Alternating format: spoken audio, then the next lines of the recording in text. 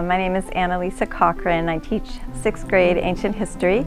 I've been teaching for about 25 years, and I really like teaching a hands-on approach where kids get up and move around and interact with the things that they're doing. So this Magic Planet was perfect along the lines of the way I teach, and I believe is most effective. It was great because as soon as the kids walked in the room, it was like electrified, and you could see they were just riveted to whatever was going to happen. I had their complete and full attention.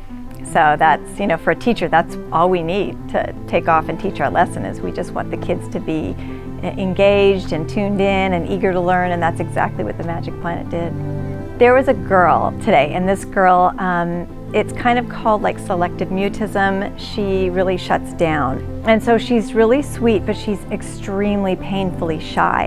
And in a classroom, she doesn't even want to move in case she catches your eye and you call on her. She's just terrified of that. She just doesn't want any attention on her. And there was one point at which I asked a question for somebody to come up and point to something on the globe. And I was in absolute shock when she raised her hand. And I'm like, what is she going to do? She's not going to be able to get up and point to a globe in front of everybody. And she jumped right up and she went over and pointed the globe and she whispered the answer. And I said, could you say that a little louder? And she said the answer like with confidence. And then sat down. I was like, I almost lost track of what I was doing because I was so blown away that this girl was engaged.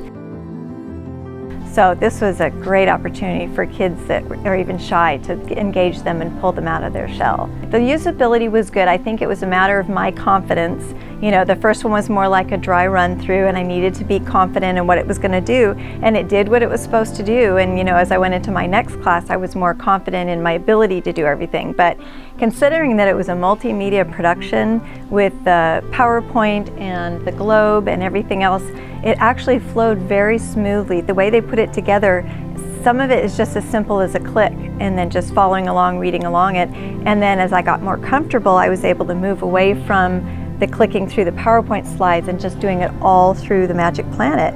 And that actually was more fun and more interesting because it was interactive for me and for the kids, and it was moving around. It just really emphasized what I was trying to teach in the classroom. With the game, the kids had to go up and demonstrate their knowledge on the globe, and everybody had their hands up, and everybody was into it, and they were all on the edge of their seat, pick me, because they just wanted to get up and touch it. I can tell there was better learning from the informal, summative assessment that I was doing as I was walking in the room, watching them fill out their piece of paper, and then the formal assessment when they got up to show their answers on the globe. It was fantastic. It really was one of the best lessons I think I teach. I think you could adapt it to so many different things, science and history, language, so many things where you're watching video clips and you're doing real world examples and simulations of things. So I think it would engage any age group really. And I think it's big. I think it's really gonna go somewhere and do a lot for education.